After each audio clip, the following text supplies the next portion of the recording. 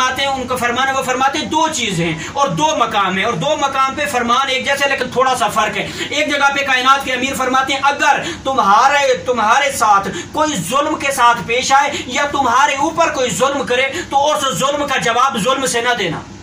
اور وہی امیر کائنات فرماتے ہیں اگر ظلم ہو رہا ہو، اب لفظ کو میں سکپ کر رہا ہوں، آگے میں نتیجے میں اس لفظ کو دینا چاہوں گا۔ مولا فرماتے ہیں اگر کوئی ظلم کرے تو اس ظلم کا جواب ظلم کے ساتھ دو۔ تو یہاں پر سمجھنے کے لیے ہمیں مولا کے فرمان سے نتیجہ نکالنا پڑے گا مولا آپ کی مراد کیا ہے۔ مولا فرماتے ہیں اگر تیری ذات پہ کوئی سوال کرے، اگر تیری ذات پہ کوئی ظلم کرے، تیرا مال چھین لے، تیری عزت کے اوپر ظلم کرے یا تیری جان کے اوپر کوئی ظلم کرے، برداشت کر لینا، ان اللہ مع الصابرین، اللہ صبر کرنے والوں کے ساتھ ہے۔ لیکن اگر کوئی دین کے اوپر ظلم کرے تو پھر اس ظلم کے اوپر خاموشی نہیں، سبحان اللہ، اس ظلم کے خلاف تم نے بولنا ہے، اس ظلم کے خلاف تم نے سٹینڈ لینا ہے، آگے آنا ہے، سامنے آنا ہے اور کہنا ہے کہ حق بات یہ ہے۔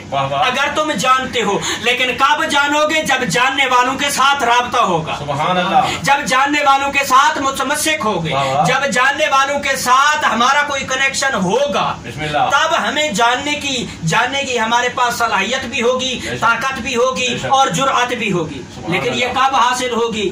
معصوم فرماتے ہیں اگر اپنے اندر ایمان کی طاقت لینا چاہتے ہو دو چیزوں کو اپنے اندر اپنا دو۔ بسم اللہ، پہلی چیز ایمان کو مضبوط کرنے کے لیے قرآن کو تھامو، سبحان اللہ، ایمان کو مضبوط کرنے کے لیے قرآن کو تھامو۔ اور دوسری چیز معصوم فرماتے ہیں کہ اس قرآن کو سمجھنے کے لیے کہ جس سے ایمان مضبوط ہوتا ہے فرمان محمد و آل محمد سے متمسک رہو۔ سبحان اللہ، اگر قرآن جانتے ہو، قرآن پڑھ لیتے ہو، جیسے ابھی بزرگوار فرما بھی رہے تھے اور ہم طلباء کے لیے واقعا یہ چیز ضروری بھی ہے کہ ہمیں قرآن سے متمسک ہونا چاہیے۔ کیوں؟ کیونکہ میں کہتا رہتا ہوں کہ قرآن کو اگر لفظوں میں ڈھالیں تو محمد اور آل محمد کی پوری تبلیغ بنتی ہے، سبحان اللہ، اور ان کی تبلیغ کو اگر لفظوں میں ڈھالیں تو پورا قرآن بنتا ہے۔ بسم اللہ، اور یہ علی جس کی سیرت سے اور جس کے علم سے ہم نے استفادہ کرنا ہے اس کے لیے ہمارا ایک معیار ہے۔ آیت اللہ بہجت کا جملہ اور اسی نتیجے کے ساتھ میں اپنی اس مجلس کو جو ہے وہ اختتام دینا چاہوں گا۔ آیت اللہ بہجت فرماتے ہیں کہ اگر تم سوال بنانے کے معیار کو بلند رکھنا چاہتے بسم اللہ، اور اگر تم جاننا چاہتے ہو، یعنی سوال کوئی عام چیز نہیں ہے، چونکہ میرے جتنا وقت دیا گیا کوشش کر رہا ہوں کہ اسی میں سمیٹ پاؤں۔ بسم اللہ، یہ سوال کرنا کوئی عام چیز نہیں ہے۔ آیت اللہ محسن قرآنی فرماتے ہیں کہ سوال کے ذریعے انسان بہت کچھ سیکھ سکتا ہے۔ بسم اللہ، کچھ چیزیں ایسی ہوتی ہیں کہ میں یہ پوچھوں، اور بعض لوگوں میں اور ہمارے مومنین میں ہوتا ہے میں نے مولانا صاحب سے یہ پوچھا تو وہ کیا سمجھے گا کہ جی اس کو یہ بھی پتہ نہیں۔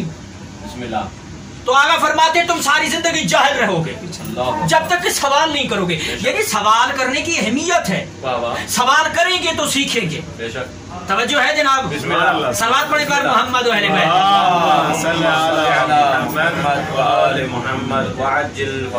جو طلباء تھک گئے ہوں وہ بلند آواز سے پھر صلوات پڑھتے ہیں۔ اللہم صل علی محمد و آل محمد وعجل فرجہم۔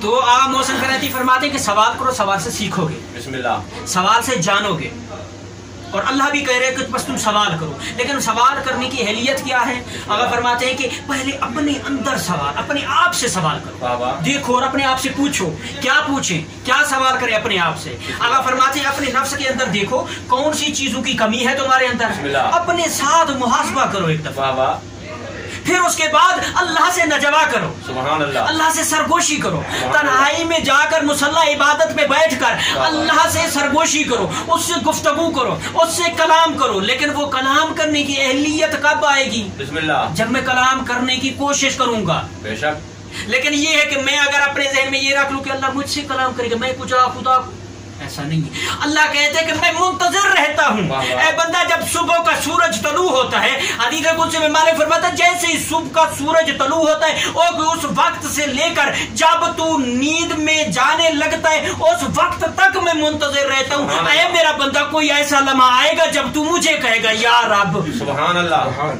سبحان اللہ، یعنی خدا انتظار کرتا ہے اپنے بندے کا، اپنے عبد کا، کہ کسی لمحے میں آ کر مجھے یہ پکارے، مجھے یہ کہے۔ اللہ کہتے ہیں دو مقامات پر میں خوش ہوتا ہوں۔ بسم اللہ، ایک اس وقت جب میرا بندہ مجھ سے سوال کرتا ہے، سبحان اللہ،